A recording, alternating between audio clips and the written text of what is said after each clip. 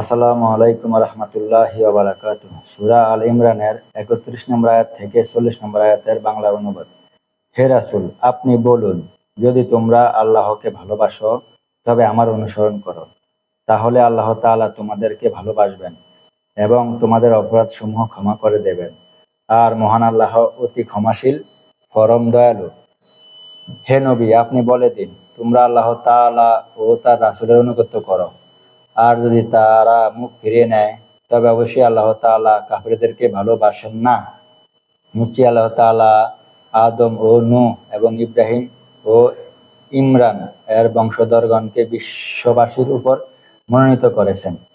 তারা একে অপরের বংশধর। আর আল্লাহ তাআলা সর্বশ্রোতা সর্বজ্ঞ। স্মরণ করুন, যখন ইমরান এর স্ত্রী বলল, হে আমার প্রতিপালক, আমার গর্ভে যা রয়েছে তা আপনারও জন্যই মুক্তভাবে উৎসর্গ করলাম, কাজেই আপনি আমার পক্ষ হতে তা কবুল করুন। নিশ্চয়ই আপনি সর্বশ্রোতা সর্বজ্ঞ। অতঃপর যখন সে তা সন্তান প্রসব করল, তখন বলল, হে আমার প্রতিপালক, আমি তো একে কন্যা সন্তান প্রসব করেছি। অথচ আল্লাহ তাআলা ভালোভাবেই জানেন যে সে কি প্রসব করেছে। আর অনেকে পুত্র সন্তান তো এ কন্যার মতো নয়। আমি তার নাম রেখেছি মারিয়াম। আর আমি তাকে এবং তার বংশধরগণকে অভিশপ্ত শয়তান হতে আপনার আশ্রয়ে সমর্পণ করালাম। অতঃপর তার প্রতিপালক তাকে উত্তমভাবে কবুল করে নিলেন এবং তাকে অতি উত্তম রূপে প্রবৃত্তি দান করলেন। আর জাকারিয়া এর তত্ত্বাবধানে তাকে অর্পণ করলেন।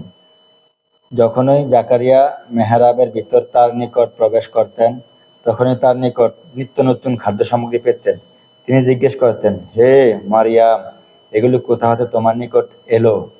সে বলতো, এগুলো আল্লাহর পক্ষ হতে আগত। নিশ্চয়ই আল্লাহ তাআলা যাকে ইচ্ছা অপরিমিত জীবিকা প্রদান করেন। তখনই হযরত জাকারিয়া তার প্রতিপালকের নিকট প্রার্থনা করলেন। তিনি বললেন, হে আমার প্রতিপালক, আপনার নিকট হতে আমাকে একটি দ্রুত পবিত্র সন্তান দান করুন। নিশ্চয়ই আপনি প্রার্থনা শ্রবণকারী। অতঃপর ফেরেশতাগণ তাকে ডেকে বলল, যখন তিনি মেহরাবের ভেতরে দাঁড়িয়ে সালাত পড়ছিলেন, নিশ্চয়ই আল্লাহ তাআলা আপনাকে ইয়াহিয়া সম্পর্কে সুসংবাদ দিচ্ছেন, যিনি হবেন আল্লাহর বাণীর সততা প্রমাণকারী, সুযোগ্য সর্দার, নারী বিমুখ এবং পূর্ণবানদের মধ্য হতে একজন নবী।